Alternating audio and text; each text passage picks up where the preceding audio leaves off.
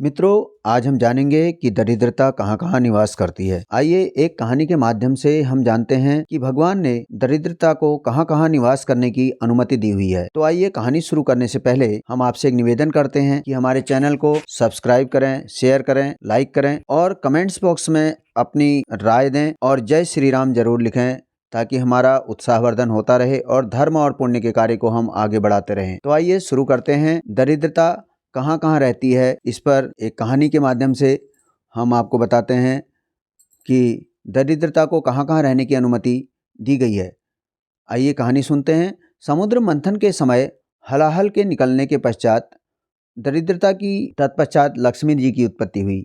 दरिद्रता को दरिद्रा नाम से जाना जाता है, इसलिए दरिद्रा को ज्येष्ठा भी कहते हैं।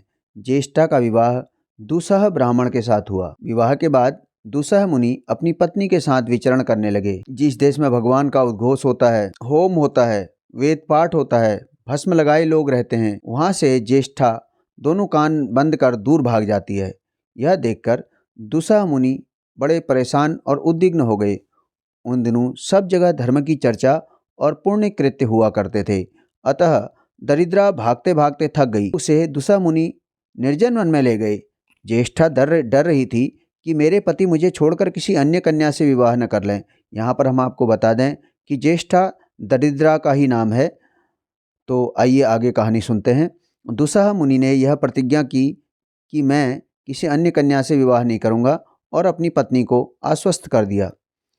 आगे बढ़ने पर दुसह मुनि ने महर्षि मार्कंडेय को आते हुए देखा। उन्होंने महर्षि को साष्टांग प्रणाम किया और पूछा कि इस भार्या के साथ मैं कहाँ रहूं और कहाँ ना रहूं। मार्कंडेय जी अर्थात मुनि ने पहले उन स्थानों को बताना आरंभ किया जहाँ दरिद्रा को प्रवेश नहीं करना चाहिए, अर्थात दरिद्रा को प्रवेश करने की अनुमति नहीं थी। उन्होंने बताया जहाँ रुद्र के भक्त हों और भस्म लगाने वाले लोग हों, वहाँ तुम लोग प्रवेश न करना। जहाँ नारायण, गोविंद, शंकर, महादेव आदि भगवान के नाम का कीर्तन होता हो, वहाँ तुम दोनों को नहीं जाना चाहिए, क्योंकि आग उगलता हुआ विष्णु का जो चक्र है उन लोगों के अशुभ को नाश कर देता है जहाँ उनका कीर्तन भजन होता है। जिस घर में स्वाहा, वषटकार और वेद का घोष होता हो, वहाँ के लोग नित्य कर्म में लगे हुए हों और भगवान की पूजा में लगे हुए हों और अच्छे कर्म करते हों, उस घर को दूर से ही त्याग देना। जिस घर में भगवान की मूर्ति हो, गायें हों, भक्त हों, उस घर में भी तुम दोनों मत घुसना। तब दुसह मुनि ने कहा, हे महर्षि, अब आप हमें यह बताएं कि हमारे प्रवेश के स्थान कौन कौन से हैं। महर्षि मार्कंडेय जी ने कहा, जहाँ पति पत्नी परस्पर झगड़ा करते हों, उस घर में तुम दोनों निर्भय होकर घुस जाओ। जहाँ भगवान की निंदा होती हो, जप होम आदि न होते हों, भगवान के नाम नहीं लिए जाते हों, उस घर में तुम घुस जाओ। जो लोग बच्चों को न देकर स्वयं खा लेते हों, उस घर में तुम घुस जाओ।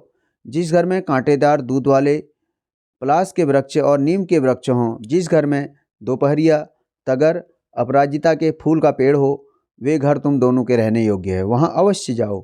जिस घर में केला, ताड़, तमाल, भिलाव, इमली, कदम्ब, खैर के पेड़ हों, वहाँ तुम दरिद्रा के साथ घुस जाया करो। जो स्नान आदि मंगल कृत्य न करते हों, दांत और मुंह साफ नहीं करते हैं, गंदे कपड़े पहनते हों, ब्राह्मण के धन का हरण करते हों, संध्या काल में सोते या खाते हों, जुआ खेलते हों, दूसरे की स्त्री से संबंध रखते हों, उन घरों में तुम दरिद्रता के साथ सुख से रहो। हाथ पैर न धोते हों। मार्कंडेय ऋषि के चले जाने के बाद दुसह ने अपनी पत्नी दरिद्रा से कहा, ज्येष्ठे, मैं रसातल में जाकर रहने का स्थान पता लगाता हूँ। दरिद्रा ने पूछा, हे नाथ, तब मैं खाऊंगी क्या? मुझे कौन भोजन देगा? दुसह ने कहा, प्रवेश के स्थान तो तुझे मालूम ही हो गए हैं, वहाँ घुसकर खा पी लेना। हाँ, यह याद रखना कि जो स्त्री पुष्प, धूप आदि से तुम्हारी पूजा करती हो, उसके घर में मत घुसना। इतना कहकर दुसह रसातल में चले गए। ज्येष्ठा वहाँ बैठी हुई थी कि लक्ष्मी के साथ भगवान विष्णु वहाँ आ गए। ज्येष्ठा ने भगवान विष्णु से कहा, मेरे पति रसातल चले गए हैं, मैं अब अनाथ हो गई हूँ, मेरी जीविका का प्रबंध कर दीजिए। भगवान विष्णु बोले, ज्येष्ठे, जो माता पार्वती, शंकर और मेरे भक्तों की निंदा करते हैं, उनके सारे धन पर तुम्हारा ही अधिकार है, उनका तुम अच्छी तरह उपभोग करो। जो लोग भगवान शंकर की निंदा कर मेरी पूजा करते हैं, ऐसे मेरे भक्त अभागे होते हैं, उनके धन पर भी तुम्हारा ही अधिकार है। इस प्रकार ज्येष्ठा को आश्वासन देकर भगवान विष्णु लक्ष्मी सहित अपने निवास स्थान अर्थात बैकुंठ लोक को चले गए। आप लोगों से निवेदन है कि इस प्रकार की कहानियां सुनने के लिए हमारे चैनल को सब्सक्राइब करें, शेयर करें और अपना धर्म के और पुण्य के कार्य में उत्साहवर्धन करें। हमारा और चैनल में कमेंट्स बॉक्स में जय श्री राम जरूर लिखें।